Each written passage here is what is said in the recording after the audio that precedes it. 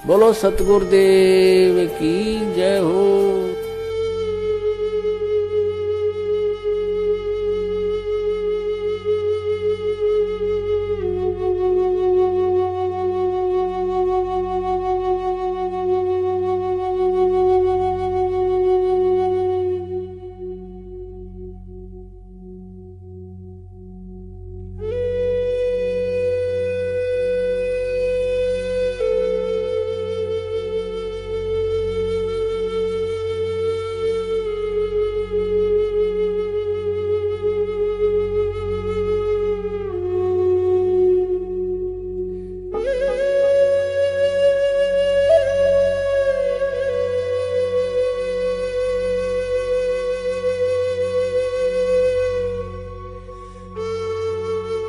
मालिक का ये पूर्ण मिशन है।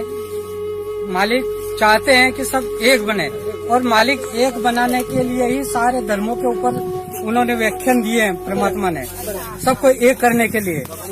तो अब हमारे गांव राजगढ़ में एक हरिजन समाज है, वो बंगी समाज से है, वो भगत बना। अब हम उसके यहाँ भोजन भंडारा नहीं करेंगे तो आप बताओ जाति टूटेगी क्या? तो मालिक का मिशन फेल हो रहा है ना। आप भंडारा बंद करवा रहे हो। अरे भंडारा से तो जाति टूटेगी, जाति कैसे टूटेगी? हम एक कैसे बनेंगे? ये आज ये भील समाज के यहाँ सत्संग हुआ।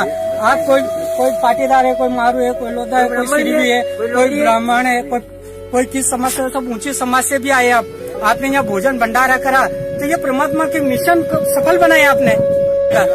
विष्णुदास को हमने अरदास लगाई थी कि विष्णुदास आपने हम हमेशा परमात्मा के साथ रहे और अब भी हम परमात्मा के साथ है।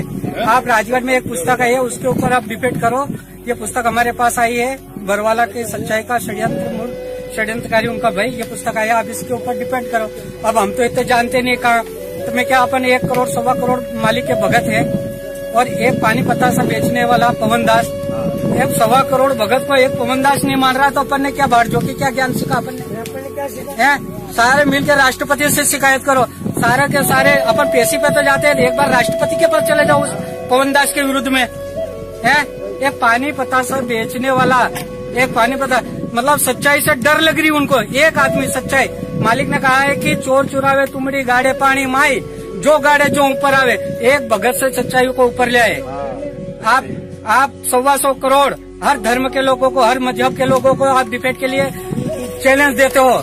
एक भगत ने आपको चैलेंज दिया, आपकी थर कांप रहे, आपका डर पोग हो रहे, आप कायर बन गए, आपकी चोरी आप सब जगत के सामने जा रही, आप डर गए। चोर कभी मारता नहीं है भक्तों, चोर कभी नहीं मारता है। पर चोर को कह दो कि मैंने तेरे को पहचान लिया है, फिर देखो आपकी खाल खींच देता है। फिर दुनिया का कोई डॉक्टर आपको सुधार नहीं सकता है, ऐसा मारता है वो चोर। नहीं तो चोर कभी मारता नहीं है। पर आपने कह दिया कि ये मैनेजमेंट वाले चोर है तो ये सारे मारने लग गए। आज देखो, आज यहाँ पुलिस के पास चले गए थे, काय के लिए चले गए थे? क्योंकि इनकी पोल उजागर हो जाएगी, हमको फिर दुनिया दौड़ा के मारेगी, सच्चाई सामने आ जाएगी। चोर को अपन पहचान लिया ना कि ये चोर है, तो चोर क्यों नहीं मारेगा भाई? चोर का स्वभाव है, चोर मारता नहीं है कभी भी। ये भगत कहाँ है? अगर भगत होते नहीं आते, भंडारा करते और मालिक की चर्चा करते। अब मालिक के कोई चर्चा कर ही नहीं सकते, अब उनको चर्चा कहाँ करी? चौकी पे गए, पुलिस थाने में गए, उनको दबाव बनाया, वहाँ गए। मालिक के पास कोई आया? एक भी मैनेजमेंट वाला आया तो बताओ भाई, गवा दो मैनेजमेंट वाला आया, क्यों नहीं आया? वो यहाँ मालिक का काम नहीं हो रहा था क्या? चोर है ना, तो चोर क्यों डर रहे मालिक से? क्यों डर रहे? सच्चाई से क्यों डर रहे? आओ ना, यहाँ बंदगी करो ना, यहाँ मालिक का ज्ञान चर्चा करो ना, और मालिक को छुड़ाने की बात करो ना। आप क्यों अलग बता रहे इनको? क्योंकि आप चोर हो। ये सत सेवकों ने चोर को पहचान लिया और इन सत सेवकों ने कहना चालू कर दिया कि मैनेजमेंट वाले चोर है, मैनेजमेंट वाले चोर है। तो चोर तो मारेगा भाई। चोर तो चोर का स्वभाव है, चोर मारता कभी नहीं है। पर आप कह दोगे कि हमने आपको पहचान लिया, फिर आपको मारेगा वो, जान से भी मार देगा। क्यों? हाँ, क्यों? उनको भी डर है, दुनिया हमको मार देगी, हम इनको नहीं मारेंगे, दुनिया हमको मार देगी। रगड़ा ये है, तो सच्चाई ये है ओरिजिनल।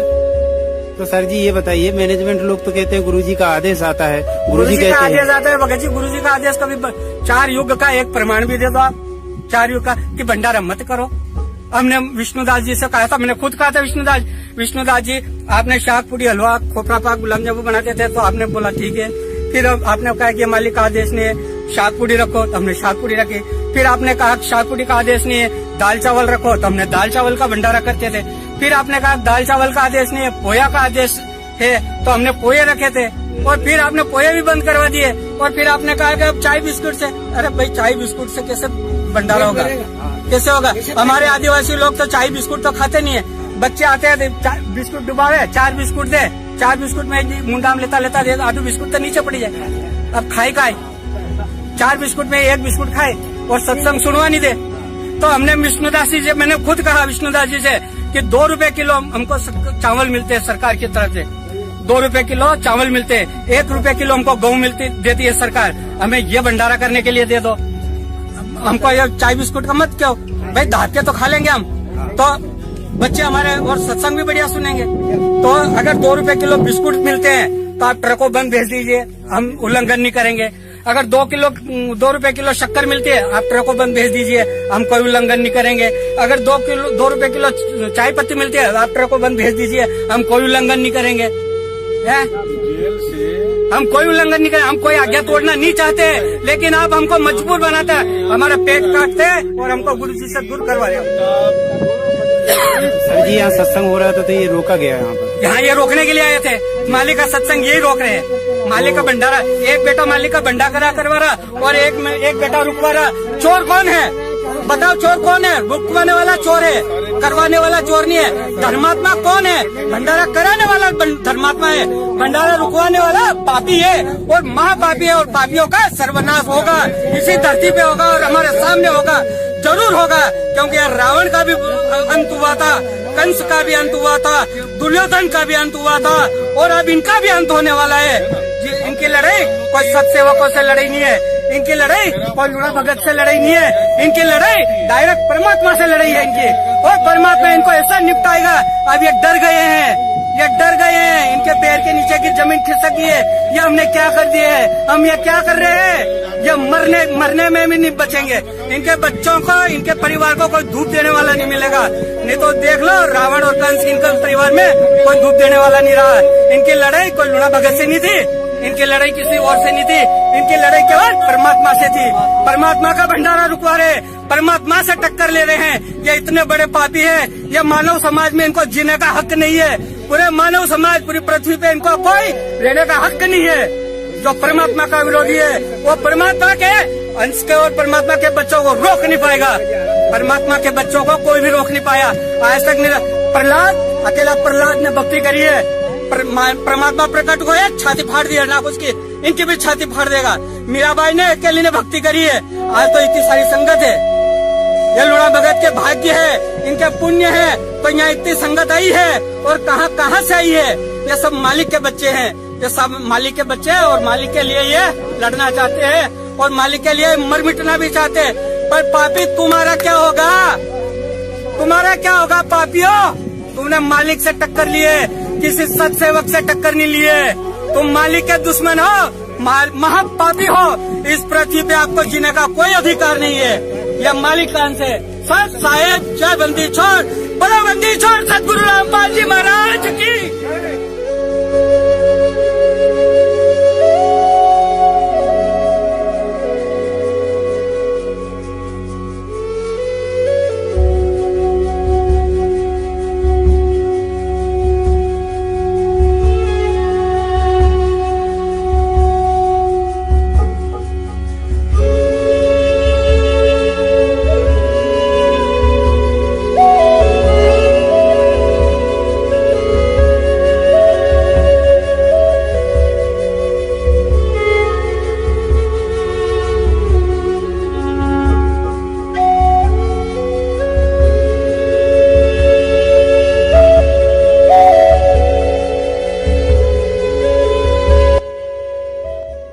बंदी छोड़ सतगुरु रामपाल जी महाराज जी की जय हो। परमात्मा की सभी प्यारी आत्माओं को पवनदास जयपुर वाले का सत्साहेब। पुण्यात्माओं, आज आपको एक छोटी सी कहानी सुनाते हैं। करबद्ध प्रार्थना है अंत तक ध्यान से सुनना, क्योंकि किसी भी कहानी का अंत उसकी मोरल होती है। यह कहानी आपको वह सब कुछ समझा देगी जो कि लाखों की संगत पिछले 4 साल से नहीं समझ सकी। दिल्ली शहर में एक वकील रहता था, नाम था केपी सिंह। बहुत ही दिग्गज वकील था। सफेद झूठ को काले में और काले झूठ को सफेद में परिवर्तित कर देना तो उसके बाएं हाथ का काम था। जिंदगी में वकालत से खूब पैसा कमाया और अंत में रिटायरमेंट हो गया, लेकिन उससे पहले अपने बेटे को वकील बना दिया। पिता की अच्छी जान पहचान के चलते बेटे के पास भी काफी केस आने लगे। एक दिन केपी सिंह का बेटा कोर्ट से घर आया तो हाथ में मिठाई का डब्बा था। सबसे पहले पिता केपी सिंह के हाथ में लड्डू थमाकर बोला कि पापा जी मुंह मीठा कीजिए। आज यदि आप मेरी उपलब्धि सुनेंगे तो आपको अपने बेटे पर गर्व महसूस होगा और आपका सीना चौड़ा हो जाएगा। केपी सिंह ने कहा, बेटा जरा बता तो आखिर ऐसी क्या बात है जो तू फूला ही नहीं समा रहा है। बेटा बोला, पिताजी आपको याद हो तो आपके हाथ में पिछले 40 साल से दिल्ली की मशहूर हस्ती सेठ हल्दीराम के दिवंगत पिताजी का एक मुकदमा था, जिसे आप 40 वर्षों तक नहीं निपटा पाए थे। लेकिन आज आपके बेटे ने उस केस में दिवंगत सेठ हल्दीराम के बेटे की जीत करवाकर उसे न्याय दिलवा दिया है। इतना सुनते ही केपी सिंह की आंखें गुस्से से लाल सुर्ख हो गई। बीपी का लेवल बढ़ गया। मिठाई का डब्बा टेबल से उठाकर दूर फेंक डाला।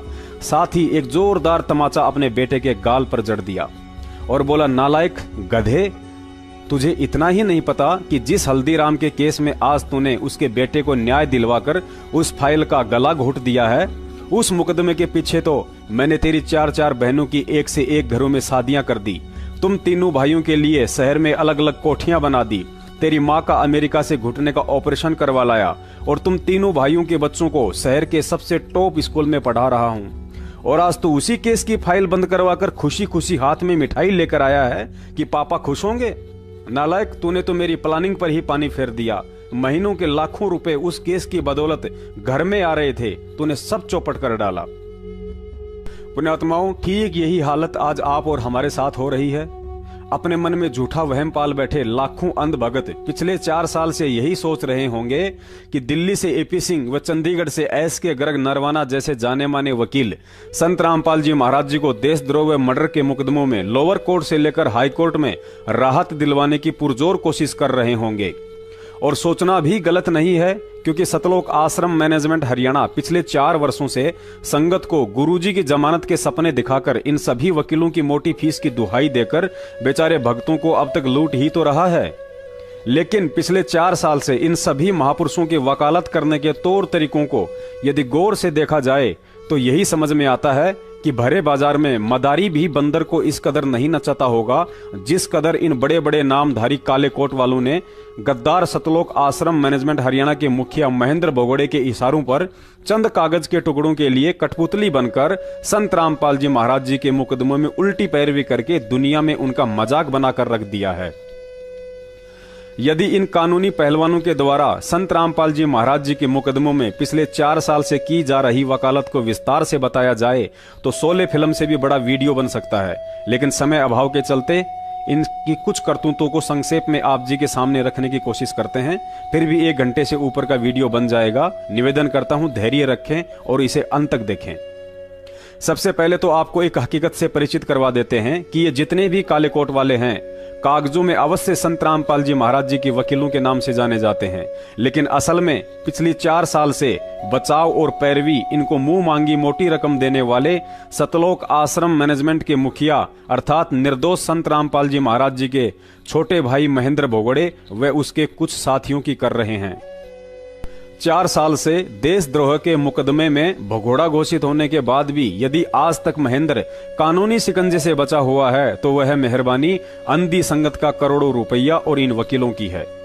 बेचारे भेड़ बकरियां चराने वाले भगत तो मर्डर वाले मुकदमा नंबर 429 व 430 में गुरुजी के साथ हिसार जेल में दोहरी आजीवन की उम्र कैद सश्रम सजा काट रहे हैं, और दूसरी तरफ ब्लड रिलेशन में होने व देशद्रोह वाले मुकदमे में हिट लिस्ट में होने के उपरांत भी बेटा अमित जमानत पर और बाप महेंद्र भगोड़ा बनकर संगत के दान पर ऐश लूट रहा है। तो केवल अंध संगत के पैसों व इन्हीं दिग्गज समझे जाने वाले वकीलों की मेहरबानी से सत्सेवकों ने बार बार वीडियो डालकर इस गुरु गद्दार सतलोक आश्रम मैनेजमेंट और इनके दिग्गज वकीलों को बरवाला कांड पर तथा इनकी पैरवी के तौर तरीकों को लेकर टीवी चैनल पर डिबेट के लिए न्योता दिया था। लेकिन सामने नहीं आते हैं क्योंकि मैनेजमेंट की तरह इन्हें भी अपनी कमजोरियों का बखूबी मालूम है। चलिए कोई बात नहीं, पुरानी कहावत है कि बकरे की मां कब तक खैर मनाएगी। आखिरकार संत रामपाल जी महाराज जी के मुकदमों में आज इन वकीलों का सफेद झूठ सबके सामने रखने का समय आ ही गया है। जब संत रामपाल जी महाराज जी के निमंत्रण पर कोई भी धर्मगुरु ज्ञान आधार से आध्यात्मिक ज्ञान चर्चा के लिए सामने आने की हिम्मत नहीं कर पाया, तो महाराज जी ने उनके प्रवचन व इंटरव्यू को आधार बनाकर समाज में उनके पाखंड की पोल खोलनी शुरू की। ठीक उसी पैटर्न पर आज सतलोक आश्रम मैनेजमेंट के कानूनी अंगरक्षक सुप्रीम कोर्ट के वकील एपी सिंह व गिरीश दास दिल्ली से, जो कि वकील भी है और भगत भी है, कुछ महीने पहले हरियाणा न्यूज चैनल पर इन दोनों वकीलों, हरियाणा सरकार के प्रतिनिधि त्रिवेंद्र सैनी व दिल्ली से किसी शिवपाल नाम के भगत की डिबेट दिखाई जा रही थी। उस डिबेट में सरकारी प्रतिनिधि त्रिवेंद्र सैनी की बरवाला कांड को लेकर कमजोर जानकारी के चलते इन दोनों वकीलों ने उस 1 घंटे 14 मिनट की डिबेट में जमकर झूठ के चौके छक्के लगाए थे। लेकिन शायद ये दोनों पहलवान भूल गए थे कि परिवर्तन इतिहास का अटल नियम है और उसी डिबेट पर कभी तुम्हारी झूठ के भी चौके छक्के लग सकते हैं। इस पहले वीडियो में सुनिए इन दोनों वकीलों की सीरियल वाइज झूठ और उआबाई।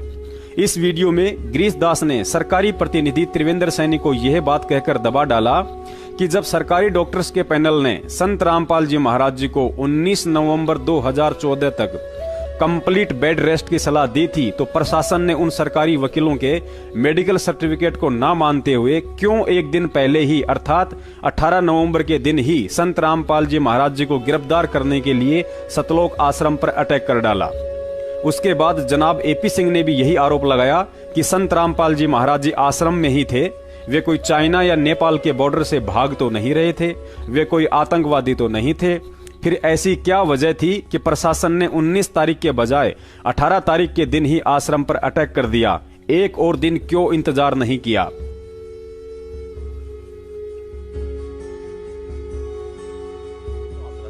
एक और चीज है, यहाँ एक ये भी चीज सामने आती है कि जब वहां उस वक्त स्थिति थी, सरकार के द्वारा ये कहा जा रहा था कि संत रामपाल जी महाराज सामने नहीं आ रहे हैं, तो यदि वो पेश हो जाते तो कंटेंट ऑफ कोर्ट का जो मैटर है, क्या उसको लेकर और परिस्थिति दूसरी होती? नहीं, बिल्कुल पेश होने को। जब 19 तारीख डेट फिक्स कर दी, वो कहीं भाग तो नहीं रहे थे। आपकी 40,000 पुलिस लगी थी सराउंडिंग, कोई ऊपर से हेलीकॉप्टर से तो नहीं आ रहा था, कोई रेड कॉर्नर नोटिस तो जारी नहीं था, कहीं चाइना बॉर्डर और नेपाल बॉर्डर से तो जैसा कि जनरली भाग जाते हैं वैसा तो नहीं था। जब आपको पता है पेशेंट हैं, आश्रम के अंदर हैं, आप टाइट रखें, बाहर सिक्योरिटी आपकी टाइट, बहुत अच्छी बात। पुण्यात्माओं, यह सच हो सकता है कि संत रामपाल जी महाराज जी को सरकारी डॉक्टर्स के पैनल ने 21 नवंबर तक आराम करने की सलाह दी हो, लेकिन काल को चैन कहा था कि 21 तारीख के दिन संत रामपाल जी कोर्ट में उपस्थित होकर वापस आ जाएं और दोबारा से आश्रम में पहले की तरह सत्संग शुरू हो जाए। इसके लिए काल ने अपने एजेंट सतलोक आश्रम के प्रवक्ता राज कपूर और महेंद्र भगोड़े में प्रेरणा करके हरियाणा प्रशासन को मजबूरन 19 के बजाय 18 नवंबर के दिन ही सतलोक आश्रम पर कार्यवाही करने के लिए बाध्य कर डाला, क्योंकि 16 नवंबर के दिन ही सतलोक आश्रम के प्रवक्ता राज कपूर और संत रामपाल जी महाराज जी के गद्दार भाई महेंद्र ने कालवश होकर मीडिया के माध्यम से यह कहकर पूरे हरियाणा प्रशासन में भयंकर खलबली मचा डाली कि संत रामपाल जी महाराज आश्रम के अंदर नहीं हैं, हमने परसों ही उनको स्वास्थ्य इलाज के लिए बाहर शिफ्ट कर दिया है। सतलोक आश्रम ने एक नया दावा करके सबको चौंका दिया है कि संत रामपाल इस वक्त सतलोक आश्रम बरवाला के अंदर मौजूद ही नहीं है। हमारे साथ सतलोक आश्रम के प्रवक्ता राज कपूर हैं। कपूर साहब, कहाँ गए संत रामपाल? सर, हमें उन्हें अच्छे इलाज के लिए, क्योंकि यहाँ पे डॉक्टर और दवाइयाँ नहीं आने दी जा रही प्रशासन की तरफ से, और बिजली पानी काट दिया है, तो उनको एक अच्छे मेडिकल की जरूरत थी, तो हमने उनको शिफ्ट कर दिया। कब किया गया उन्हें यहाँ से शिफ्ट और कहाँ किया गया? सर देखिए, ये तो मैं नहीं बता पाऊंगा कि कहाँ किया गया है, लेकिन कल रात को हमने शिफ्ट किया है। लेकिन पुलिस का दावा है कि कड़े सुरक्षा प्रबंध किए गए हैं, आसपास पूरे नाकाबंदी की हुई है, हर एक रास्ते को सील किया गया आश्रम से आने और जाने वाले रास्तों को। तो ऐसे में इतने कड़े प्रबंधों के बीच कैसे संत रामपाल को यहाँ से शिफ्ट कर दिया गया? देखिए सर, पुलिस आने वाले को रोक रही है, आने वालों को रोक रही है, जाने वालों को नहीं रोक रही। नहीं, लेकिन जिसके लिए ये पूरे इंतजाम किए गए हैं, पूरी नाकाबंदी की गई है संत रामपाल की गिरफ्तारी के लिए, तो क्या संत रामपाल को तो बाहर जाने नहीं देगी इतनी आसानी से पुलिस? तो वो तो प्रशासन बताएगा सर, इस बारे में क्या जवाब दे सकता हूँ, वो तो उनका काम है। लेकिन एकदम सुबह तक आपका बयान कुछ और था, एकदम से आप पलटे हैं कि संत रामपाल आश्रम में नहीं है। सुबह तक आपका कहना था कि वो वही है, यही नहीं, मैंने ये नहीं कहा सुबह तक यही है। हमने ये कहा था कि वो कोर्ट जाएंगे और कोर्ट जाने में असमर्थ थे और इलाज की जरूरत थी, इसलिए हमने उनको शिफ्ट करना उचित समझा और हमने शिफ्ट कर दिया। अभी 21 नवंबर नेक्स्ट हियरिंग है, तो क्या उस 21 नवंबर को हाईकोर्ट के सामने पेश होंगे संत रामपाल? देखिए, मैं तो पहले से कहता आया हूँ कि यदि वो स्वस्थ होंगे तो जरूर पेश होंगे। ये थे सतलोक आश्रम के प्रवक्ता राज कपूर। इन्होंने दावा कर दिया है कि संत रामपाल आश्रम के अंदर मौजूद नहीं है, उन्हें किसी हॉस्पिटल में शिफ्ट कर दिया गया है, लेकिन कब, कैसे और कहां, इसका किसी भी सवाल का जवाब नहीं है। और इतनी कड़ी नाकाबंदी के बावजूद आखिर संत रामपाल कैसे इस आश्रम से बाहर ले जाएंगे, इसका जवाब शायद पुलिस प्रशासन के पास होगा। हमारे साथ संत रामपाल जी के भाई महेंद्र दास भी मौजूद हैं, इनसे जानेंगे। महेंद्र दास जी, अचानक से हालात काफी बिगड़ते नजर आ रहे हैं, तो ऐसे तो काफी नुकसान होने की आशंका है। ऐसा हम तो शांतिपूर्ण तरीके से बैठे हैं, अपने आश्रम के अंदर हैं और ये बल प्रयोग करना चाहते हैं, हमें नाजायज तंग कर रहे हैं। लेकिन आश्रम के लोग भी जैसे टकराव की स्थिति में नजर आ रहे हैं, तो क्या कोई बीच का रास्ता नहीं निकल सकता? बीच का तो ये है कि माननीय न्यायाधीश को चाहिए कि अपने विचार करे। हमको डकैत नहीं है, इतना बड़ा ये केस नहीं है, एक कोर्ट की अवमानना केस उन्होंने खुद बनाया, खुद सुन रहे हैं, इसमें न्याय की उम्मीद है।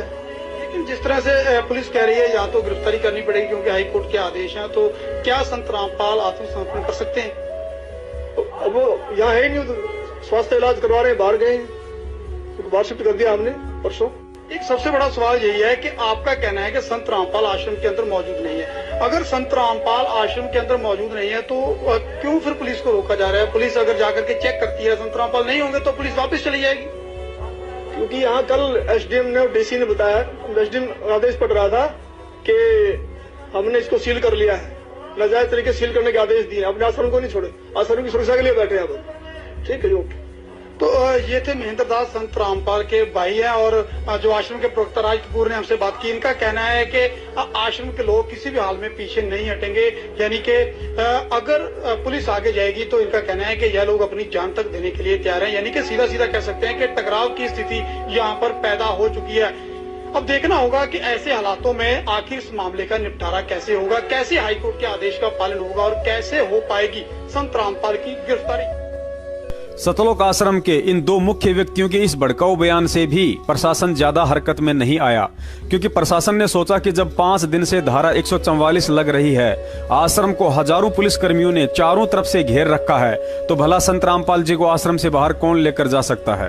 प्रशासन ने इन दोनों के इस बयान को झूठा इंटरव्यू समझकर जल्दबाजी में कोई एक्शन नहीं लिया ताकि किसी को कोई भारी नुकसान ना हो।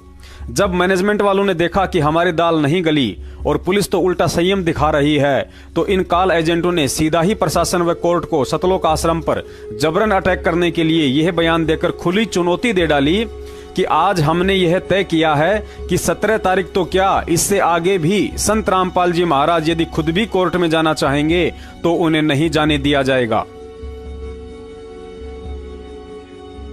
वहीं इस मामले पर राष्ट्रीय समाज सेवा समिति के अध्यक्ष और सतलोक आश्रम के समर्थक राम कंवल ढाका ने आज शाम को कहा है कि अगर बाबा रामपाल खुद भी जाना चाहेंगे अदालत में तो वो उनको नहीं जाने देंगे। आइए उन्होंने क्या कहा ये भी आपको सुनवाते हैं। न्यायालय जाना चाहें तो संत रामपाल जी महाराज को भी हमारी 1 लाख लोगों की लाशों के ऊपर से गुजरना पड़ेगा। ये आज हमने निर्णय लिया है सर। इसलिए किसी भी सूरत में 17 तारीख तो क्या, उससे आगे भी हम संत रामपाल जी महाराज को किसी भी झूठे मुकदमे में न्यायालय में उपस्थित नहीं होने देंगे। जी, तो काफी सरगर्मी हो गई है, माहौल तनावपूर्ण बनता जा रहा है। पुण्यात्माओं, इस बयान को सुनने के बाद प्रशासन के पास 19 तारीख तक इंतजार करने वाले सारे ऑप्शन स्वतः ही खत्म हो जाते हैं, क्योंकि सतलोक आश्रम मैनेजमेंट के प्रवक्ताओं ने स्पष्ट कर डाला कि ना ही तो आज और ना ही आज से आगे संत रामपाल जी को किसी भी कीमत पर कोर्ट में हाजिर नहीं होने दिया जाएगा। तो फिर प्रशासन क्या मूर्ख है जो 40,000 पुलिस फोर्स को लेकर सर्दियों में 19 तारीख तक का इंतजार करेगा, क्योंकि मैनेजमेंट के बयान के अनुसार तो 21 नवंबर को भी आश्रम की तरफ से यही ठेंगा दिखाया जाना था। अतः अब इन दोनों वकीलों की मोटी बुद्धि में यह बात घुस जानी चाहिए कि यही वो मुख्य कारण था जिसकी वजह से हरियाणा प्रशासन को ना चाहते हुए भी 19 नवंबर के बजाय 18 नवंबर के दिन ही सतलोक आश्रम बरवाला पर कानूनी कार्रवाई करनी पड़ी थी। लेकिन आज तक इन्होंने कोर्ट में जाकर गुरुजी के पक्ष में यह पॉइंट नहीं रखा, क्योंकि इस पॉइंट से गुरुजी निर्दोष और मैनेजमेंट दोषी साबित होता है, और यदि मैनेजमेंट ही जेल चला गया तो फिर इन वकीलों की जेब कौन भरेगा। फिर भी इन वकीलों को कोई शंका हो या समझ में नहीं आया हो तो वीडियो के अंत में दास के नंबर मिल जाएंगे, कॉल करके पूछ सकते हैं। इन्हें संतुष्ट करने के लिए दास के पास और भी कई बड़े बड़े सबूत हैं। पुण्यात्माओं, अब आगे आप जो वीडियो देखेंगे उसमें त्रिवेंद्र सैनी जी ने कहा कि संत रामपाल जी पर कोर्ट की अवमानना का मामला था, लेकिन उन्होंने कोर्ट में हाजिर होने के बजाय उस मेडिकल सर्टिफिकेट की आड़ में कोर्ट जाने से बचने के लिए बच्चों व महिलाओं का जमावड़ा अर्थात ढाल बनाना शुरू कर दिया। साथ ही हथियारों का जखीरा भी जमा करना शुरू कर डाला। त्रिवेंद्र सैनी जी की इस बात के जवाब में इन दोनों वकीलों ने तुरंत ही सफेद झूठ बोल डाला कि ना ही तो आश्रम के बाहर बच्चों व महिलाओं को ढाल बनाया गया था और ना ही आश्रम में हथियारों का जखीरा मिला था।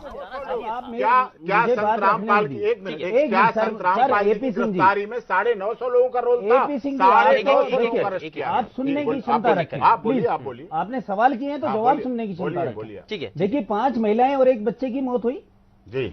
आप देख रहे हैं कि भाई वहां पे जो आपने वीडियो देखा है, मैं ये कहना चाह रहा हूं कि वहां पे जो महिलाएं थी वो संत रामपाल जी के सामने जो है ना एक दीवार बन के खड़ी हो गई थी, जिनको हटा पाना बहुत मुश्किल हो गया था। और जो भीड़ और जो हथियार वहां पे जो लोगों ने जमा कर रखे थे उस मेडिकल एड के साइड में, मतलब जो एक संत रामपाल जी, एक मिनट मुझे नहीं, आप मेरी बात अधूरी रह जाएगी सर, आप मेरी बात अधूरी रह जाएगी, आप सुन लीजिए पहले, थोड़ा सुन लेते हैं। जो वहां पे मेडिकल का जो टाइम दिया गया, संत रामपाल जी ने कहा भी हम 19 नवंबर को जो है पेश हो जाएंगे, लेकिन 15, 16, 17 को वहां पे क्या हुआ, वहां पे उनके अनुयायियों ने वहां पे जमावड़ा लगाना शुरू कर दिया और वहां पे हथियारों का जखीरा जोड़ना शुरू कर दिया।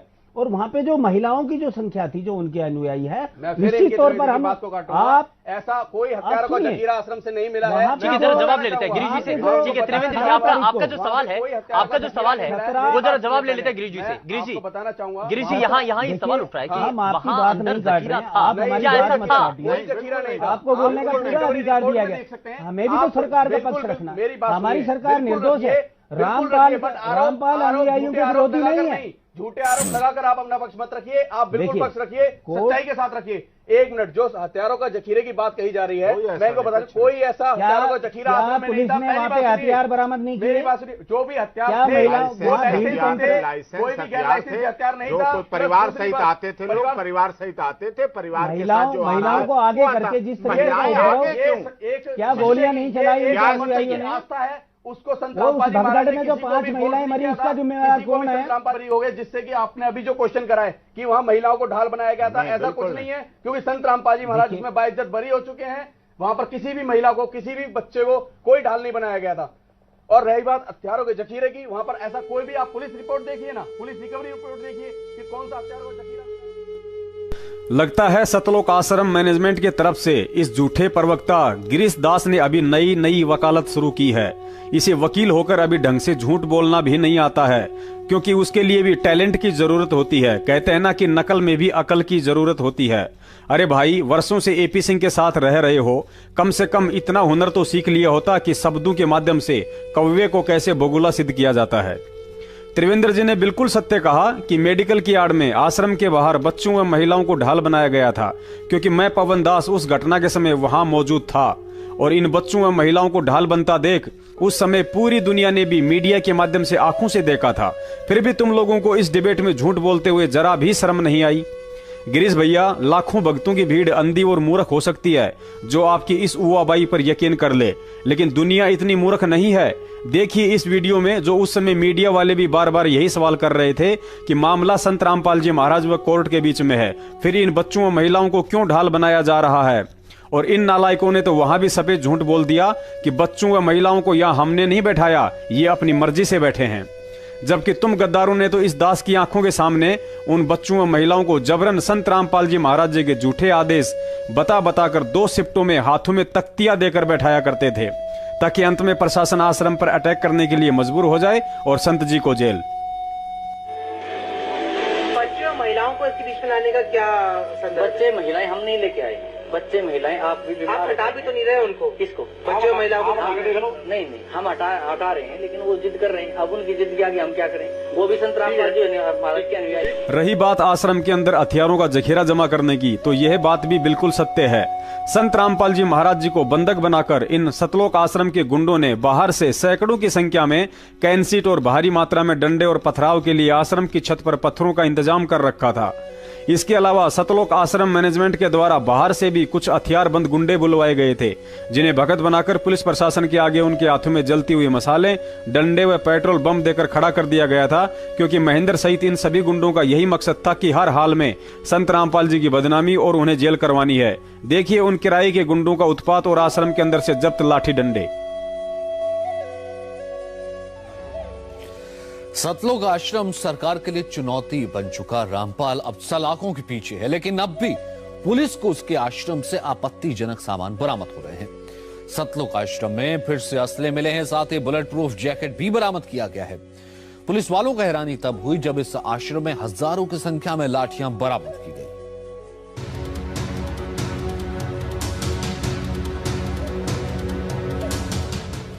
रामपाल के सतलोक आश्रम में तलाशी के दौरान एक के बाद एक खुलासे हो रहे हैं। पुलिस में बन चुके सतलोक आश्रम से रविवार को पुलिस ने कई हथियार और बुलेट प्रूफ जैकेट बरामद किए, लेकिन सबसे हैरान करने वाला था हजारों लाठियों का जखीरा।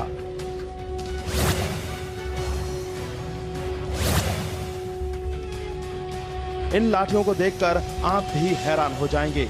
आश्रम से एक नहीं, दो नहीं, बल्कि हजारों की तादाद में लाठियां पुलिस को मिली हैं। देखिए कैसे पूरी की पूरी ट्रॉली भर गई। पुलिस के इस सर्च ऑपरेशन के दौरान रामपाल के भक्त पुलिस के सामने डटे हुए थे।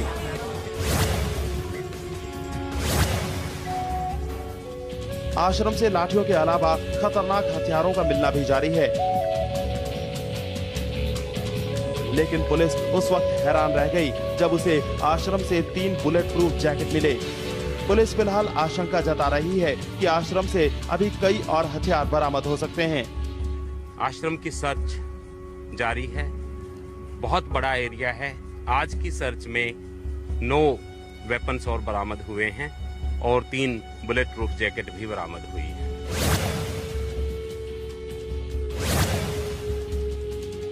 रामपाल पुलिस रिमांड में है। पूछताछ में कुछ खास जानकारी नहीं मिलती देख पुलिस रामपाल को लेकर सतलोक आश्रम पहुंची और उसकी मौजूदगी में आश्रम की तिजोरियां खोली गई, जिनमें से अभी तक महज 3,41,000 रुपए बरामद हुए हैं। हालांकि अभी कई तिजोरियां खुलनी बाकी हैं। अभी कई तिजोरियां ऐसी हैं जो खुलनी बाकी हैं और जो है सामान कैश इसमें बरामद हुआ है। लगभग 3,41,000 का कैश है जो बरामद हुआ। जांच में अभी जो है जांच जगह अभी वो पुलिस रिमांड पे उनसे पूछताछ जारी है। रिमांड के दौरान रामपाल ने पुलिस को कई अहम सुराग दिए थे, जिनकी पड़ताल करने के लिए पुलिस उसे आश्रम लेकर आई थी। देखना यह है कि अभी इस आश्रम के और कितने राज उजागर होते हैं। सुनील कुमार के साथ जगदीप संधू। मीडिया वाले ने एपी सिंह के सामने सरकार का पक्ष रखा और बोला कि कहा जाता है सरकार को इसलिए यह कार्रवाई करनी पड़ी कि बार बार बुलाने पर भी संत रामपाल जी महाराज कोर्ट में पेश नहीं हो रहे थे। क्या ये बात सही है? इसके जवाब में एपी सिंह ने बताया कि वे बीमार थे, जिसका मेडिकल सर्टिफिकेट हमने कोर्ट में पेश किया था और डॉक्टर्स ने भी उन्हें बाहर आने जाने, यहाँ तक कि अखबार पढ़ने और टीवी तक देखने के लिए भी मना किया था और कहा कि 19 तारीख तक उम्मीद है वे ठीक हो सकते हैं, यानी कोर्ट में जाने के लायक हो सकते हैं। पहले तो हम दर्शकों को बता देते हैं कि एपी सिंह जी इस डिबेट में बरवाला कांड के ऊपर जिस भी प्रकरण में सफाई दे रहे हैं, ये सब बातें इन्हें सतलोक आश्रम मैनेजमेंट की तरफ से लिख कर दी गई हैं, न कि एपी सिंह ने अपनी आंखों से देखी थी और न ही इस कांड से पहले संत रामपाल जी महाराज जी से इस वकील साहब का कोई रिश्ता नाता था। आपको ये भी बता देते हैं कि आजकल के 90% वकील सिर्फ पैसों के दम पर काले को सफेद में और सफेद को काले में तब्दील करने तक ही सीमित रहते हैं, जैसे कि निर्भया रेप कांड में इसी एपी सिंह वकील ने किया था। पूरी दुनिया जानती है कि निर्भया से ज्यादा कसूर उन 4 लड़कों का था जिन्होंने उसके साथ बलात्कार करके उसके गुप्तांग में रोड डालकर बेरहमी से मारा था, लेकिन फिर भी मात्र पैसों के दम पर एपी सिंह ने उन दरिंदों का वकील बनकर इंसाफ का गला घोटने की पुरजोर कोशिश की और उस समय देश का हर नागरिक एपी सिंह से घृणा कर रहा था। बरवाला कांड से कुछ ही दिन पहले सतलोक आश्रम मैनेजमेंट के द्वारा जबरन संत रामपाल जी महाराज जी को इतना बीमार बना दिया जाता है कि अचानक से उनका स्वास्थ्य बेहद खराब हो जाता है। उनके चलने फिरने तक की भी हालत नहीं बच पाती, यानी इतना सीरियस कि टीवी देखने या अखबार पढ़ने से भी मौत हो सकती थी। लेकिन वहां बैठी लाखों की संगत को इस बात की कानों कान तक खबर नहीं होती है कि गुरुजी इस कदर बीमार हो चुके हैं। और साथ में चमत्कार भी हो रहा था, क्योंकि जिस संत की टीवी देखने के लिए आंखें और अखबार पकड़ने के लिए अंगुलियां तक काम नहीं कर रही थी, फिर भला उस संत की जीभ कैसे काम कर सकती है। लेकिन सैकड़ों कमांडों और हजारों की संख्या में आश्रम के बाहर ढाल बनाकर बैठाई गई औरतों को हर आधे घंटे में यह बताया जाता था कि गुरुजी ने यह आदेश दिया है, अब गुरुजी ने ऐसा करने को कहा है। गुरुजी ने कहा है कि मैं कमांडो सेवा से बहुत खुश हूं। और सभी जानते हैं कि जीव तक ना हिल पाने की स्थिति में भी सारी संगत को 17 तारीख की रात्रि में एक और बहुत लंबा आदेश सुनाया गया था कि गुरुजी का आदेश है, आश्रम में जितने भी भगत हैं उन सबको सार नाम दिया जाएगा। जैसे कि सार नाम कोई आलू टमाटर की तरह किसी सब्जी का नाम है, जब मन में आया बांट दो। मैं एक चीज इसमें जोड़ दूं, सरकार का यहाँ पर ये कहना था कि वो सामने नहीं आ रहे थे, संत रामपाल जी महाराज सामने नहीं आ रहे थे, इस वजह से ये एक्शन लेना पड़ा। हाँ नहीं, ये एक्शन लेना पड़ा, चलिए नहीं सामने आ रहे थे ना। NBW प्रोसीडिंग, कोर्ट की प्रोसीडिंग, देखिए कोर्ट की प्रोसीडिंग होती है, केस बना, बेल हुई, बेल रिजेक्ट हुई, अंततः बेल हुई, रिलीज हुआ, उसके बाद अपीयरेंस होना, ना पेश होना, BW होना, NBW होना, प्रोक्लेम्ड ऑफेंडर होना, भगोड़ा बन जाना, इनाम डिक्लेयर हो जाना, ये प्रोसीडिंग है। तो उस प्रोसीडिंग के तहत अगर वो नहीं पेश हो रहे थे, तो जब डॉक्टर्स ने, जो हिसार के डॉक्टर थे, प्राइवेट डॉक्टर नहीं थे, वो गवर्नमेंट हिसार सिविल हॉस्पिटल के डॉक्टर थे, उन्होंने जाके कहा और थ्रू हिसार DC के द्वारा वो डॉक्यूमेंट भेजे गए जिसमें साफ तौर पे कहा गया कि 19/11/2014 तक संत रामपाल दास जी को ट्रेवल करना, रास्ते में आना जाना और मिलना जुलना, टीवी अखबार देखना, ये सब कुछ बैन है। उनको दवाएं दी गई कि ये दवाएं लें, एक सेवादार हो उनके साथ रहे और उसके साथ उनका इलाज हो। 19 तारीख तक संभवतः उनकी स्थिति सही हो जाएगी, वो ठीक हो जाएंगे, फिर उन्हें पेश कर दिया जाएगा, वहां पेश कर देंगे उनको। ये चीज थी, ये डॉक्यूमेंट्री एविडेंस है, जो भी उस समय तत्कालीन एडवोकेट थे उन्होंने किया और वहां लगा, लेकिन उनकी बात। दूसरा विचारणीय विषय यह है, यदि उस समय गुरुजी इतने ही बीमार थे तो फिर सतलोक आश्रम मैनेजमेंट बरवाला कांड के समय जो भी ज्ञान विरुद्ध घटिया आदेश संगत को दे रहा था, फिर उन्हें वह आदेश कौन दे रहा था। और 18 तारीख तक संत रामपाल जी महाराज इतने ही भयंकर बीमार थे, तो फिर 19 तारीख को दिन में वे अचानक से कैसे इस कदर स्वस्थ हो सकते हैं कि जैसे कभी बीमार थे ही नहीं। अपने पैरों पर सतलोक आश्रम के बाहर तक आए, फिर पंचकुला तक 4 घंटे के सफर में एम्बुलेंस में बैठे ही रहे, लेटे तक भी नहीं। और जब उनका पुनः मेडिकल किया गया तो वे बिल्कुल 16 आना स्वस्थ थे। उन्हें ऐसी कोई तकलीफ या बीमारी नहीं थी जो कि सतलोक आश्रम मैनेजमेंट के द्वारा बताई जा रही थी। और ना ही आज 4 साल से ऊपर का समय हो चुका है, जेल में उन्हें ऐसी कोई भयंकर बीमारी हुई है जो आश्रम में सारी सुविधाओं के रहते सहते हो गई थी। दूसरी तरफ यह भी सत्य है कि संत रामपाल जी महाराज हल्के फुल्के अस्वस्थ हो सकते हैं, इसमें कोई बड़ी बात नहीं है, लेकिन इतने भयंकर बीमार नहीं थे ताकि चलने फिरने और उठने बैठने में भी दिक्कत हो। और ये सारी चाल उनके आदेशों की आड़ में इन गद्दार सतलोक आश्रम मैनेजमेंट वालों ने ही सरकार के साथ चली थी। मैनेजमेंट वालों ने तो सरकार के साथ जो चाल चली, इसके अलावा संत जी को दुनिया में बदनाम करने का कार्य भी किया, ताकि वर्षों से उनका तत्व ज्ञान सुन रहे लोगों को सोचने पर मजबूर होना पड़े कि जो संत अपने सत मंत्रों, भक्ति व आशीर्वाद मात्र से दुनिया की कैंसर और एड्स जैसी लाइलाज बीमारियां बिना मेडिसिन के ठीक कर सकता है, तो स्वयं इतना भयंकर बीमार कैसे हो गया कि उठने बैठने तक की भी हालत नहीं रही। पुण्यात्माओं, इस मेडिकल वाली बात को यदि विस्तार से बताना शुरू कर दिया तो इसमें बरवाला से ही डॉक्टर अनंत नाम का भी नाम जुड़ जाएगा और इस पूरे मामले को समझने में घंटों समय लग जाएगा। अतः इसकी गहराई में उस समय जाएंगे जब कभी टीवी चैनल पर इन लोगों के सामने आमना सामना होगा। अतः फिलहाल समझदार के लिए संकेत ही काफी है। पुण्यात्माओं, इन लोगों ने 2008 से लेकर 2014 तक पिछले 6 वर्षों से संत रामपाल जी महाराज जी को कोर्ट में पेश नहीं होने दिया और इसी तरह के नकली मेडिकल लगाते रहे तथा 2014 तक इन गद्दारों ने गुरुजी को अपने जैसा आम मानव समझते हुए अपनी मनमानियां करते हुए उनसे 42 बार कोर्ट की अवमानना करवाई। और यदि 1-2 बार रोहतक या हिसार कोर्ट में जाने भी दिया तो लाखों की संगत को पीठ पीछे उन्हीं के फर्जी आदेश बताकर ढाल बनाते रहे और सरकार पर दबाव बनाने के लिए कुछ युवा भक्तों को भ्रमित करके उन्हीं के आदेश बताकर अपनी ब्लैक कमांडो नाम से एक प्राइवेट आर्मी भी तैयार कर ली। कोर्ट ने 6 साल तक संत रामपाल जी महाराज जी की पीठ पीछे उनके भाई महेंद्र द्वारा उन्हीं के आदेश बताकर किए जा रहे इस नाटक को देखा और सहन भी किया। लेकिन जब पानी सर के ऊपर से गुजर गया तो अंत में कोर्ट ने यह कड़ा रुख अपनाने का फैसला किया। और यदि कोर्ट को किसी माध्यम से इस कुचक्कर का पता भी चल जाता कि यह सारा घटनाक्रम निर्दोष संत रामपाल जी महाराज जी की आड़ व आदेशों का सहारा लेकर सतलोक आश्रम मैनेजमेंट और राष्ट्रीय समाज सेवा समिति कर रही है, तो भी कोर्ट के आदेश से लॉ एंड ऑर्डर की स्थिति को मेंटेन रखने के लिए प्रशासन यही कदम उठाता जो उसने 18 नवंबर 2014 के समय उठाया था। आपको इसका एक और प्रमाण देते हैं कि संत रामपाल जी महाराज का कोर्ट में उपस्थित ना हो पाने का मुख्य कारण यदि कोई भयंकर बीमारी ही होती तो उस समय उनका वकील एस के गर्ग नरवाना यह बात क्यों बोलता कि मेरी खुद महाराज जी से बात हुई है और उन्होंने कहा है कि मैं तो बीमार होने के बावजूद भी कोर्ट में पेश होना चाहता था, लेकिन मुझे आश्रम में बंधक बना रखा था। और जब मीडिया वाले ने बंधक बनाने वालों के नाम आदि जानना चाहा तो इस एस के गर्ग नरवाना वकील साहब ने सतलोक आश्रम मैनेजमेंट वालों से मिल रहे पैसों का कर्ज अदा करते हुए उनका बचाव करते हुए RSSS यानी राष्ट्रीय समाज सेवा समिति के गुंडों का नाम सार्वजनिक ना करते हुए सरेआम काला कोट पहनकर सफेद झूठ बोल दिया कि कुछ असामाजिक तत्वों ने बंधक बना रखा था।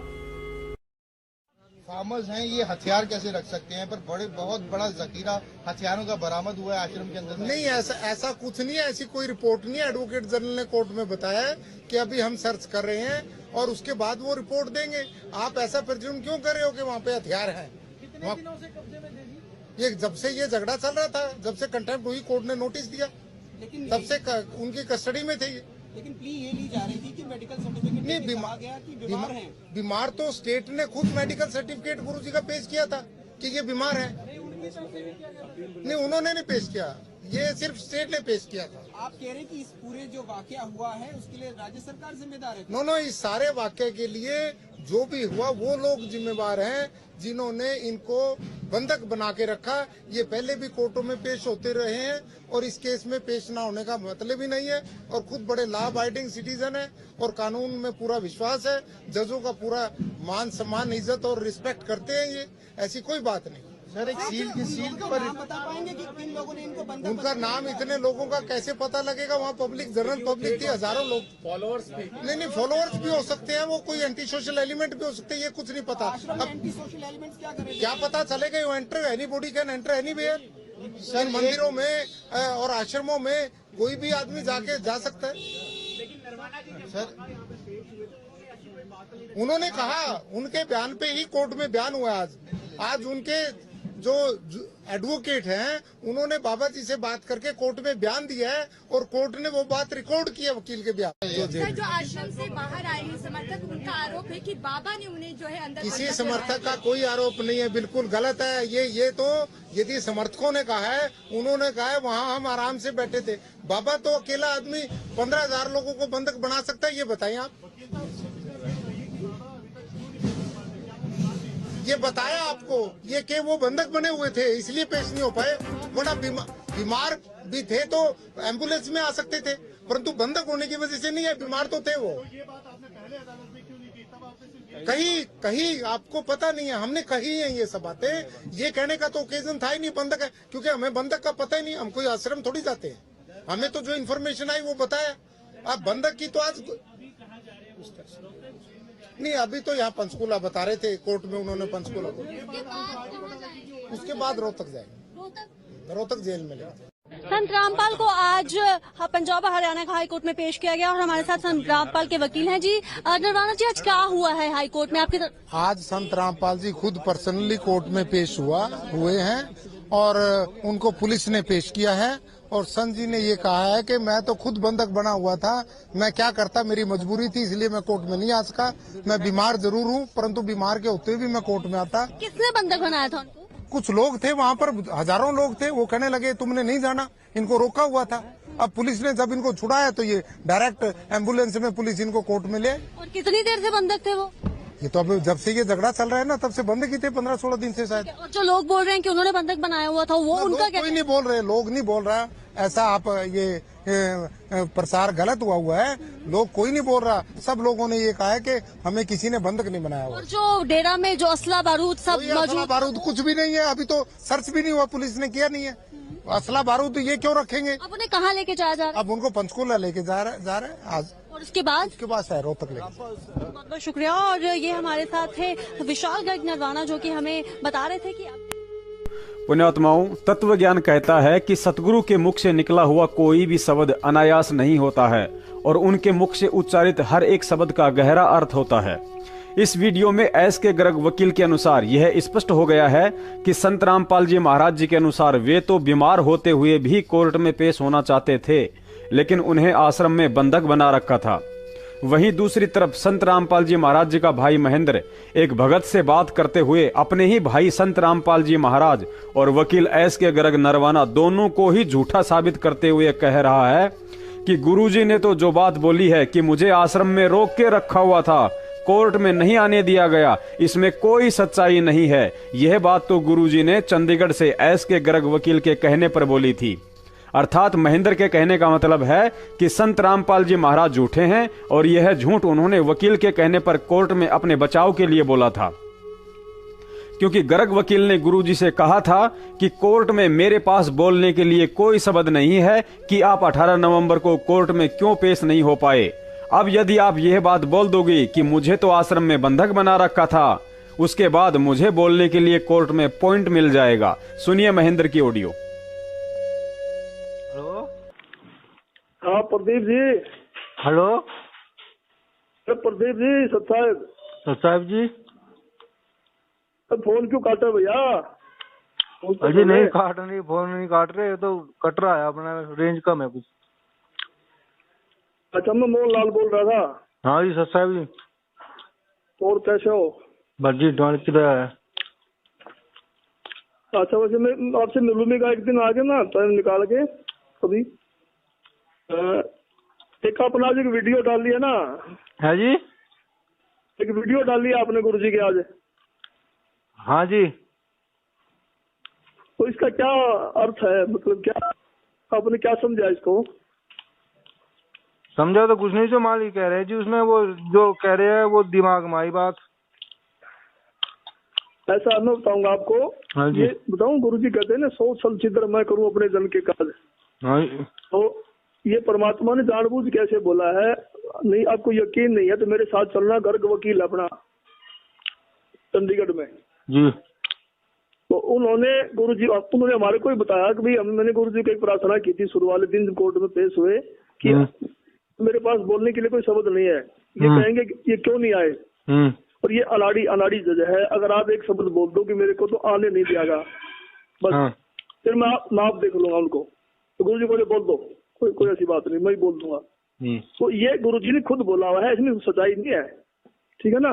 तो आपको तुरंत पता करना है तो वकील से मिला दूंगा, गुरुजी आएंगे, गुरुजी के सामने कर दूंगा आपको, ठीक है? अच्छा जी। हाँ, तो इनसे भ्रमित ना हो बेटा। पुण्यात्माओं, अब आपको यहाँ सिद्ध करते हैं कि इस महेंद्र भगोड़े से झूठा इंसान इस दुनिया में कोई नहीं है। इस ऑडियो में महेंद्र ने कहा कि गुरुजी ने मीडिया को जो बात कही है कि मुझे आश्रम में रोक के रखा था, यह बात तो गुरुजी को एस के गर्ग वकील ने बोलने के लिए कही थी, ताकि उसे कोर्ट में गुरुजी के पक्ष में बोलने का मौका मिल जाए। पुण्यात्माओं, विचार करना, गुरुजी को पुलिस सतलोक आश्रम बरवाला से एम्बुलेंस में बैठाकर रात को 9 बजे पंचकुला हॉस्पिटल में मेडिकल के लिए लेकर गई थी।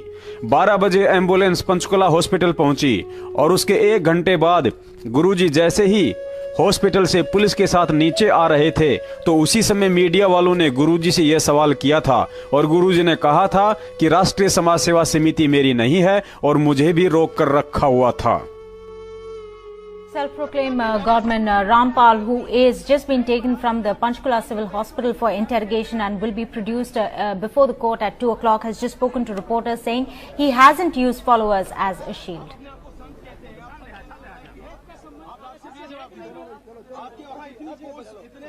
रिपोर्ट आ चुकी है, आपको मेडिकल रिपोर्ट आ चुकी है, उसमें है कि आप बिल्कुल सही है, लेकिन कोर्ट को गुमराह कहीं ना कहीं किया गया। ये कहा जाता रहा कि आप अस्वस्थ है जिसकी वजह से कोर्ट में पेश नहीं हो पाए। अब स्वस्थ हो गया, मैं पहले बीमार था। रामपाल जी, आपकी जो बेल एप्लीकेशन थी वो भी अब रिजेक्ट कर दी गई है, जो 2008 में आपको बेल मिली थी कोर्ट की तरफ से, उसके बारे में क्या कहना है? धन्यवाद। जो पूरा विवाद हुआ उसमें 6 लोगों की जान गई, आपको कोई अफसोस है उस बात का? बहुत अफसोस है जी। नहीं, जो आपने अपने अनुयायियों को ढाल बनाया और आप पीछे छुपे रहे, मैंने किसी को नहीं, वो आप सही मानते हैं? मैंने नहीं बनाया किसी को, वो अपने आप ही बन रहे थे, मुझे भी रोक रखा था। पुण्यात्माओं, अब आप जी स्वयं विचार कर लेना कि जिस समय गुरुजी ने यह बंधक बनाने वाला बयान दिया था, उस समय तो यह एस के गर्ग वकील गुरुजी से मिला भी नहीं था। फिर कहां से तो गुरुजी ने वकील के कहने से झूठ बोल दी और कहां इस वकील ने गुरुजी को झूठ बोलने की सलाह दे दी।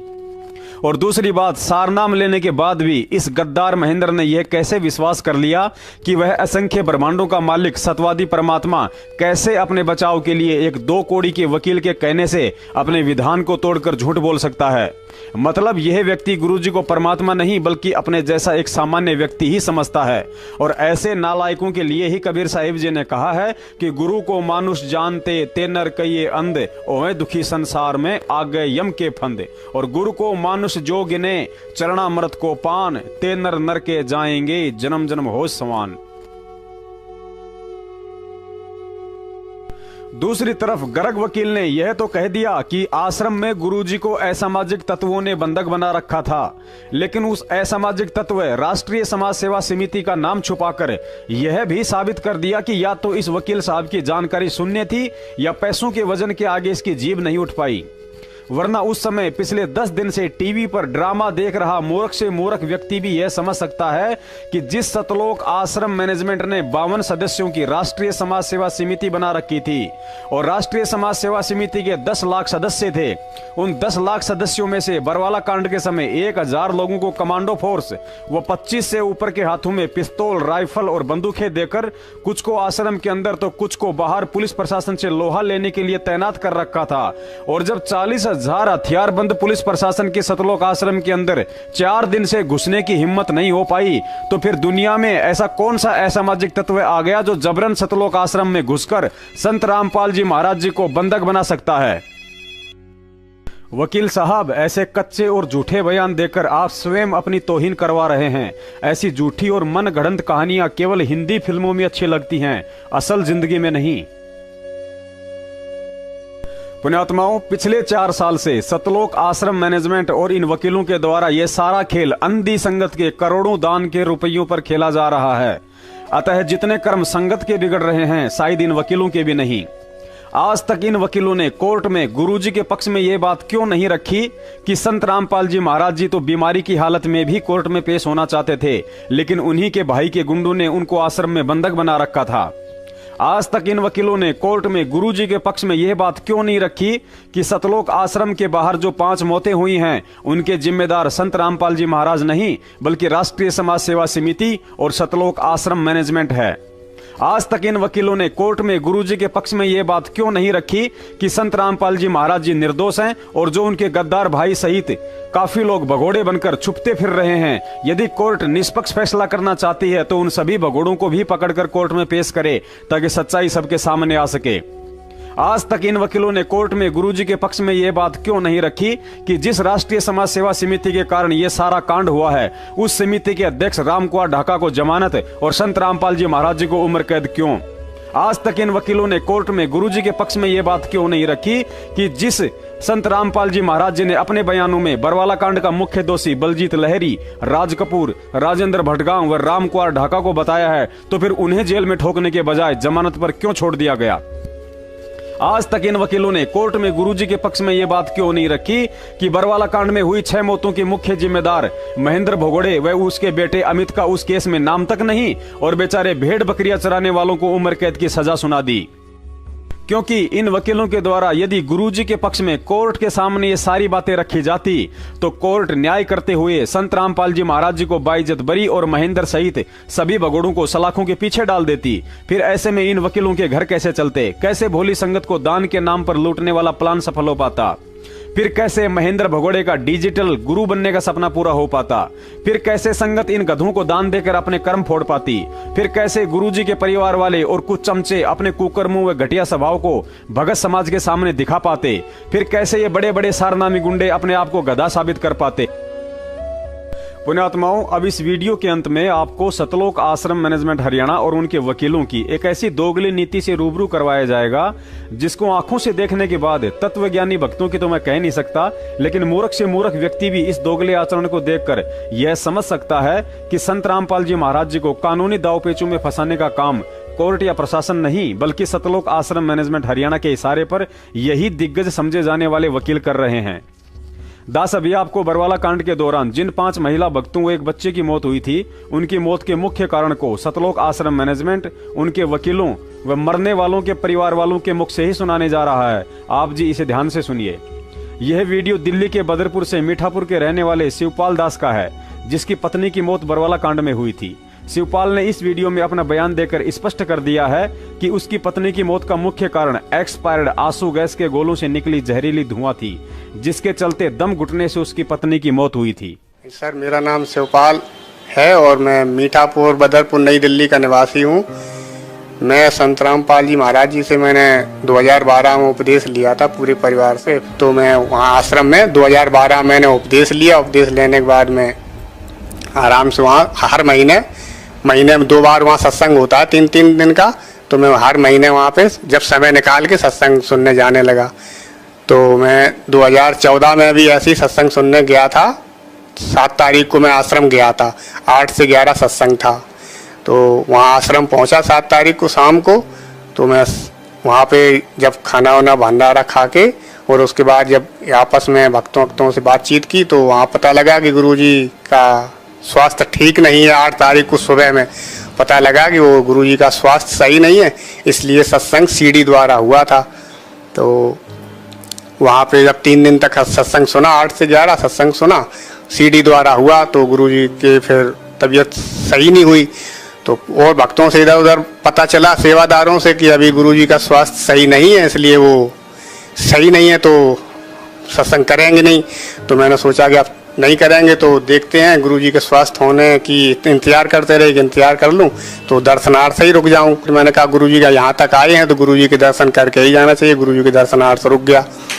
गुरुजी के दर्शनों के लिए जब 14 तारीख तक गुरुजी के स्वास्थ्य होने की नई खबर मिली कि नहीं स्वस्थ अभी नहीं हुए हैं, तो 14 तारीख को मैं वहाँ से आश्रम से निकलने लगा कि भाई अब अपने घर चलें, गुरुजी स्वास्थ्य अभी नहीं हो सकते हैं और डेट भी कोई फिक्स नहीं है कि कब तक सही होंगे।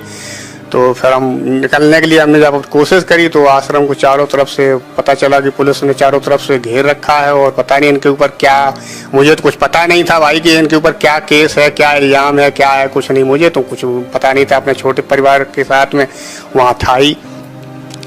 अब जब वहाँ पे पता लगा कि गुरुजी की गाड़ियाँ भी सब खींच रखी हैं और इधर उधर कोई बाहर निकलने का साधन भी नहीं है, और जो लोग कुछ लोग निकले भी तो उनको कुछ लोगों के जानने वालों के इधर उधर से आश्रम में ऐसी बातें चीतें हो रही थी कि वो पुलिस वाले बिठाते हैं कहीं के लिए, छोड़ते हैं कहीं। तो पुलिस वाले, हमने देखा कि पुलिस वाले को फोन आ रहे थे, वो पुलिस वाले मारपीट भी कर रहे हैं, इधर उधर छोड़ रहे हैं, इधर बता रहे हैं कि बस जाएगी, बरवाला जा रही है कहीं। तो उस डर से भी नहीं निकले कि भैया अब मैं कैसे निकलूं, कहाँ जाऊं कहाँ नहीं जाऊं, इससे बढ़िया अपने यहीं रुके रहो। अब उसके बाद में पुलिस वालों का वैसा व्यवहार हुआ कि 18 तारीख को अचानक इन्होंने 12 बजे के करीब में, 12 बजे के बाद हो या टाइम, ऐसे इन्होंने ऐसे ताबड़तोड़ हमला किया कि उसमें इतनी मतलब 2-3 घंटे 4 घंटे तक लगातार इन्होंने इतनी ईंट पत्थर गोला जो भी है और ये रॉकेट बम और ये आंसू गैस के गोले इतने, उसके टीन है ऊपर से, टीन जो जहाँ हम लोगों जमीन पे लेटते हैं वहाँ मैट बिछे होते हैं, वहाँ बिस्तर कुछ वैसा नहीं होता, कोई तो जमीन पे अपने लेटे हुए हो। तो इतने उसके अंदर टीन के अंदर इतना धुआं हो गया और पानी पहले से काट रही रखा था, बिजली पानी, इतना धुआं हो गया कि मेरा एक छोटा बच्चा भी था, उसकी भी दम घुटने से लगी और वहाँ पे इतना हाहाकार मच गया, बुरी तरह इतना डर का माहौल हो गया कि पूरी पब्लिक इधर सुधर। तो उसी में मेरी पत्नी को दम घुट गई उसकी, और मेरे सामने से वो एकदम से बेहोश गिरी और मुझे वो मूर्छित मिली। तो मूर्छित में अब मैं इधर उधर भाग रहा हूँ, वहाँ पर कोई किसी का इतना डर का माहौल कि कोई किसी की सुन ही नहीं रहा है। और पुलिस वाले फिर भी रुकने को तैयार नहीं, दे दनादन मारा मार। उसके बाद में मेरी पत्नी को मैं इधर उधर कुछ भक्तों से कहा भी मैंने कि भाई मेरी पत्नी ऐसे ऐसे मूर्छित है, ना तो पानी मिला।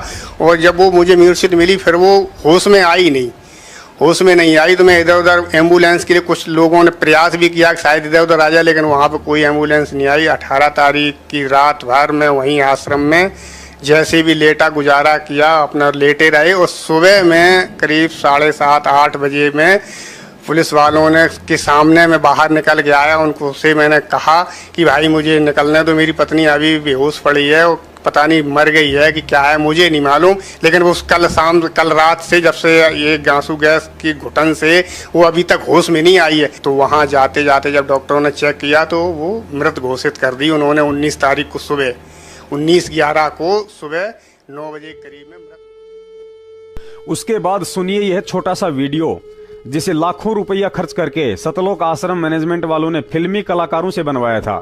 इस वीडियो में सतलोक आश्रम मैनेजमेंट की तरफ से लिखी गई स्क्रिप्ट के आधार से इस कलाकार ने भी यही कहा है कि दिल्ली के शिवपाल भगत की पत्नी की मौत पुलिस के द्वारा दागे गए आंसू गैस के गोलों से हुई थी। मोहित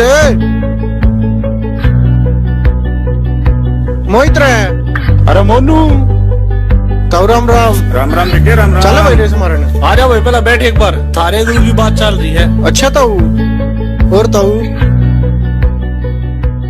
ठीक हो बेटा, माफ करिए, थारे गुरु के बारे में हमने गलत सलत बोला, वो तो बिल्कुल निर्दोष हैं। सच्चाई का तो ये बेरा पटिया है। वो तो मैं ना ताऊ, पहले मैं भी संत रामपाल जी ने बुरा माना करता। जब मेरी चौंध टूट गई, आज आपकी टूट गई, और एक दिन तो ताऊ ये सारी दुनिया की टूटेगी। अच्छा रे, अच्छा तुमने क्या लगा बेटा, 302 वाले केस में थारे गुरुजी बरी हो जाएंगे। ताऊ हमने संविधान पे पूरा भरोसा है। इन सारे केसा का फैसला हमारे हक में आना है, और ये सारे केस झूठे ला रखे हैं। हमारे गुरुजी बाइज्जत बरी आने हैं। अच्छा तो बेटा थोड़ी सी खोल के बता बात ने। ताऊ पहली बात तो यह, एक घटना पे 2 FIR नहीं कट सकती, और उनने मारे पे 2 FIR 429 और 430 दोनों काट दी। अक डबल सजाओ। अम्बे यार मोनू न्यू क्यों कर भाई, 429 तय अपना एक दिल्ली का भगत भाई है शिवपाल, उसके नाम तो काटी है। और भाई पुलिस ने उड़े कोहराम मचाया है। आंसू गैस के गोले, लाठी चार्ज, रॉकेट बम, और ताऊ लगातार जाटे में 4 घंटे पानी की बारिश करी है, जिससे 5 औरत और एक 1.5 साल के बच्चे की मौत होगी। ताऊ उनमें एक शिवपाल की औरत थी जो मरी थी।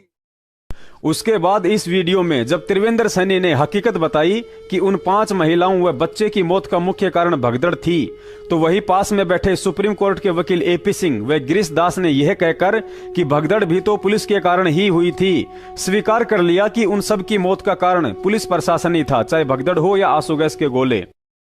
और आप उन पर लाठी चलाएंगे जिन बच्चों पर, महिलाओं पर जो CBI जांच की मांग कर रहे थे। क्या अपने केस में CBI की जांच की मांग कौन करता है? सिंह जी, CBI की जांच आप देखिए, वहां के मेरी बात सुनिए। देखिए CBI जांच की मांग कर रहे थे। पोस्टमार्टम रिपोर्ट है। हाँ बिल्कुल पोस्टमार्टम जो 5 महिलाएं और एक बच्ची मरी, उनकी पोस्टमार्टम रिपोर्ट है। बिल्कुल आपके पास नहीं है अभी। बिल्कुल मैं आपको बताता हूँ, उनकी मृत्यु का कारण जो थी वो भगदड़ के कारण हुई। भगदड़ में दबने के कारण महिलाओं की मौत हुई। किसने क्रिएट की भगदड़? जब भगदड़ बैठे थे अंदर से फायरिंग किसने क्रिएट की? अंदर से फायरिंग की। अंदर से फायरिंग पता ही नहीं है। बाहर पुलिस खड़ी हुई, अंदर से फायरिंग स्टार्ट की गई। आंसू गैस के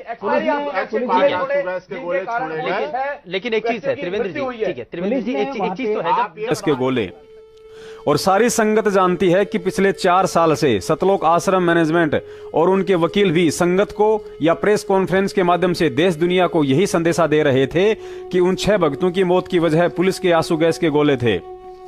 इसके बाद जब 2018 में कोर्ट ने उन 5 मौतों का जिम्मेदार पुलिस के आंसू गैस के गोलों को ना बताकर इन सब का जिम्मेदार निर्दोष संत रामपाल जी महाराज जी सहित 14 भक्तों को ठहराया, तो उसके बाद एकाएक सतलोक आश्रम मैनेजमेंट हरियाणा और इनके वकील पिछले 4 साल से तोते की तरह रट्टा लगा रहे अपने उस बयान से पलट जाते हैं और सरकारी वकील के माध्यम से हाई कोर्ट में रिट लगाते हुए यह झूठ कहकर गुरुजी का पक्ष रखा जाता है कि उन 6 भक्तों की मौत का मुख्य कारण उनकी बीमारी थी, अर्थात उन सभी भक्तों की मृत्यु बीमारी के कारण हुई थी।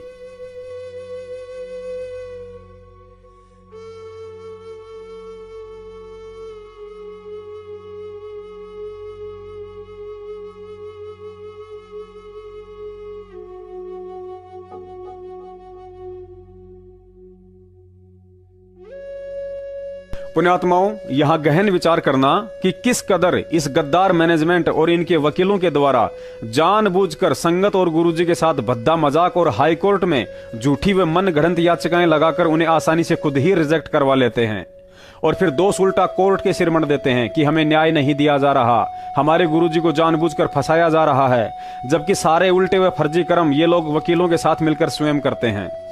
विचार कीजिए, जब आप पिछले 4 साल से पुलिस पर केस करवाकर उन मौतों का जिम्मेदार हरियाणा प्रशासन व आंसू गैस के गोलों को बता रहे हैं और आज अचानक खुद ही अपने बयान से पलटकर उसी कोर्ट में याचिका दायर करके कह रहे हो कि उनकी मौत तो बीमारी के कारण हुई थी।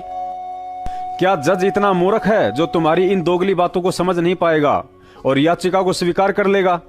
क्योंकि जज के पास तुम्हारे वे एफिडेविट भी सुरक्षित हैं जिनमें इन्हीं वकीलों ने हवाला दिया था कि मौत आंसू गैस के गोलों से हुई थी, और अब यह बीमारी वाला एफिडेविट भी सुरक्षित रहेगा। और जब कोर्ट कहेगा कि तुमने सरकारी वकील के माध्यम से बीमारी से मरने की रिट तो लगा दी, लेकिन उन 6 लोगों की सरकारी मेडिकल रिपोर्ट भी पेश करो जो यह साबित कर सके कि वास्तव में उनकी मौत बीमारी से हुई है। अब एक कहावत है कि नंगा नहाएगा क्या और निचोड़ेगा क्या, क्योंकि सरकारी हॉस्पिटल की मेडिकल रिपोर्ट सरकार ने पहले ही कोर्ट में पेश कर दी थी जिसमें उनकी मौत का कारण भगदड़ बताया गया था। अब सतलोक आश्रम मैनेजमेंट के वकीलों के पास कोर्ट में पेश करने के लिए बीमारी की मेडिकल रिपोर्ट नहीं बल्कि संजय दिल्ली वाले की तरह शंख और घंटा ही बचेगा, जिसे मिलकर जज के सामने बजाते रहो। और यह भी सबको पता है कि जज अपना फैसला गवाह और सबूतों के आधार पर सुनाता है, ना कि शंख और घंटों की आवाज सुनकर। उम्मीद करता हूं संगत को इन षड्यंत्रकारियों का सारा खेल समझ में आ गया होगा कि कैसे इन गद्दारों के द्वारा संगत से मजाक और गुरुजी के साथ घटिया राजनीति खेली जा रही है। अगर वास्तव में संगत को गुरु चाहिए तो इन सब पहलुओं पर गहन विचार करके ज्ञान आधार पर चलते हुए इस गद्दार सतलोक आश्रम मैनेजमेंट को तन मन धन से छोड़ना होगा और उस समर्थ की समर्थता पर यकीन करते हुए सत भक्ति मार्ग पर अडिग होकर चलना होगा। उस समय परमात्मा अपने बच्चों को सत्य असत्य की परख करके सतमार्ग पर चलता हुआ देखकर वैसी ही दया कर सकते हैं जैसे कि 2008 में की थी, यानी कि बिना किसी वकील, मैनेजमेंट और सत्सेवकों के पल में जेल से बाहर आ जाना। क्योंकि परमात्मा कहते हैं, कहे कबीर सुनो भाई साधो, मैं तो हूं विश्वास में। और सत्सेवकों को 100% ही नहीं बल्कि 1000% पूर्ण विश्वास है, चाहे अज्ञानता में लोग कुछ भी समझें। लेकिन संत रामपाल जी महाराज जी से ऊपर वर्तमान के 21 ब्रह्मांडों में अन्य कोई समर्थ शक्ति नहीं है। वे आएंगे, अवश्य आएंगे, और जब ठीक का वक्त आएगा तो छप्पर फाड़ कर आएंगे, वरना इस दुनिया से भक्ति और भगवान का नाम ही समाप्त हो जाएगा, जो कि संभव नहीं है। सत साहिब।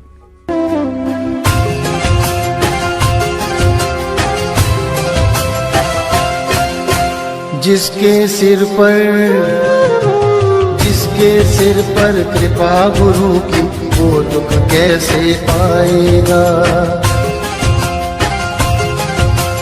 जिसके सिर पर कृपा गुरु की, वो दुख कैसे पाएगा। नाम गुरु जी का जप लेगा, नाम गुरु जी का जप लेगा, जीवन सफल बनाएगा। जिसके सिर पर कृपा गुरु की, वो दुख कैसे पाएगा। जिसके सिर पर कृपा गुरु की, वो दुख कैसे पाएगा।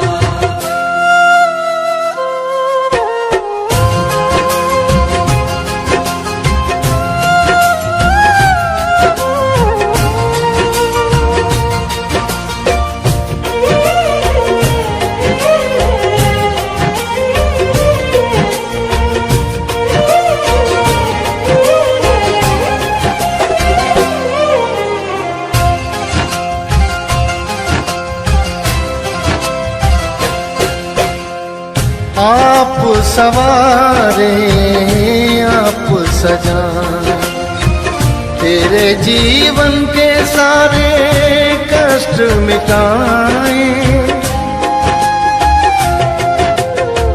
आप सवारे आप सजाए, तेरे जीवन के सारे कष्ट मिटाए। बोलो सतगुरु जी